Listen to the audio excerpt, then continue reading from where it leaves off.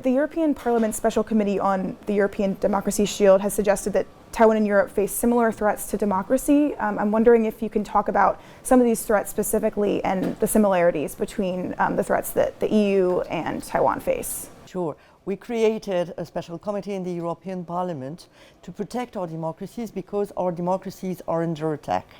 And it's a global phenomenon. It's a global pandemic, if I may say so, because authoritarian regimes don't like healthy democracies.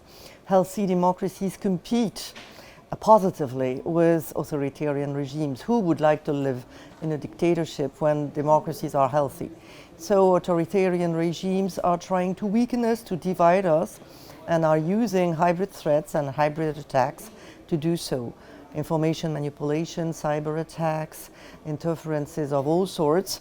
And these are things that we witness in Europe, especially since the start of the full-fledged war of aggression of Russia in Ukraine. And this is something that Taiwan is facing as well. So for us, it was obvious that we needed to come here to Taiwan to share experiences, good practices, good ideas, and bring them back home. And so I just want to go backtrack for a minute. So you said that I guess EU is facing threats from authoritarian regimes. What regimes are there? I know Taiwan, we know that Taiwan is facing threats from China. What regimes is the EU facing threats from specifically? The biggest threat to the EU right now is Russia. There is no doubt about it because we are supporting Ukraine resisting against the Russian aggression. But even before that, Russia was already interfering in our electoral processes, for instance. But we also see some impact of China's unfriendly behavior. When they are sabotages of undersea cables, the ones that are taking place right now in the Baltic Sea are very comparable to the ones that Taiwan is facing. We also faced cyber attacks, and not all of them are coming from Russia. Some are, I don't know if they are attributed, but are characterized as very similar to the ones that Chinese hackers are used to doing. And there is also this pressure on Chinese diasporas in Europe. Police stations, clandestine police stations, have been set up by Chinese embassies in Europe to put pressure on Chinese students or Chinese diaspora. And there is this espionage in our research centers or universities. So many things together that make us feel uncomfortable.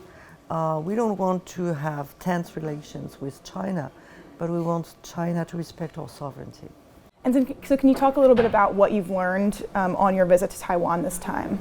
I think that for us, what is really impressive is the whole of society approach that has been chosen by Taiwan to make sure that in this, if I may say so, asymmetric gray zone warfare, every single citizen is also a soldier, is a champion of democracy. So involving quality media, involving civil society, involving interagency processes to make sure that the protection of democracy and the protection of the country is not only in the hands of military, but that everybody feels responsible. This is really something that we want to bring back home because this is a discussion we have started to have in the European Union as well. And I guess EUDS has said this is an opportunity for deepened EU-Taiwan cooperation on these issues. I guess can you give some specific examples of how the EU and Taiwan can deepen cooperation in these areas? We do think in the European Parliament, for instance, that an investment agreement between Taiwan and the European Union would be a plus for both sides. We also think that cultural relations are important and that again, on cybersecurity, we should be more present because we know that there is a lot of Taiwanese expertise considering what you're facing daily. But because you have a risk of being overwhelmed or exhausted, because it's a hybrid war of attrition, your friends and partners should be at your side. I spoke to an expert this morning who said that I guess what she's most worried about is, I guess, Russia and China learning from each other and working together. Is there a sense, I guess, that there needs to be also an alliance on the other side with EU, Taiwan, and other countries? There is no doubt that Russia and China are learning from each other. Russia was probably the first to start propaganda wars at the beginning of the 20th century, and been doing so during the Soviet era and since Putin became president. And China has learned a lot from Russia, but China has huge means. So it means when the two ally together, it has a very destructive effect on public opinions, or at least it tries to.